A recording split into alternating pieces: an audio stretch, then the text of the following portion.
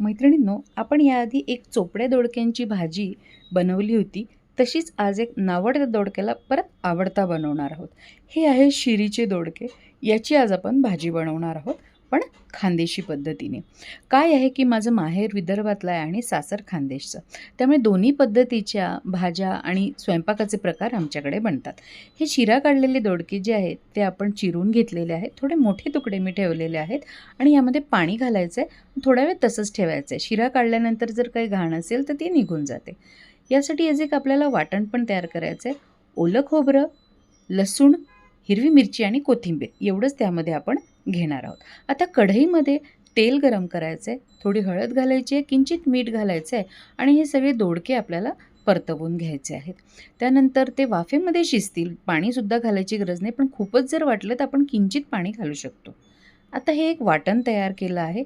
हिरवी मिरची, कोथिंबीर, लसूण आणि ओलं खोबरं याचं हे एक वाटण तयार केलं आहे. आता शिजलेले दोडके आहे एका प्लेटमध्ये मी काढून घेतले. त्याच कढईमध्ये थोडंसं तेल घातलं आहे आणि जे वाटण तयार केलं होतं ते आपल्याला परतवायचं आहे. पाण्याचा अंश यातला कमी झालेला आहे. हे वाटण भाजलं गेलं आहे. त्यात आता आपले शिजलेले दोडके घालायचे आणि आवश्यकतेनुसार पाणी घालायचं आहे. छान उकळी येऊ द्यायची आणि मीठ घालायचे चवीनुसार. ही आपली भाजी तयार आहे. ही भाजी भाकरी, पोळी किंवा भात कशाही सोबत छान लागते. तुम्ही ही खानदेशी पद्धतीची दोडक्याची भाजी नक्की करून बघा. रेसिपी आवडल्यास लाईक करा, चॅनलला सबस्क्राईब करा, कमेंट करा. Thanks for watching easy cooking.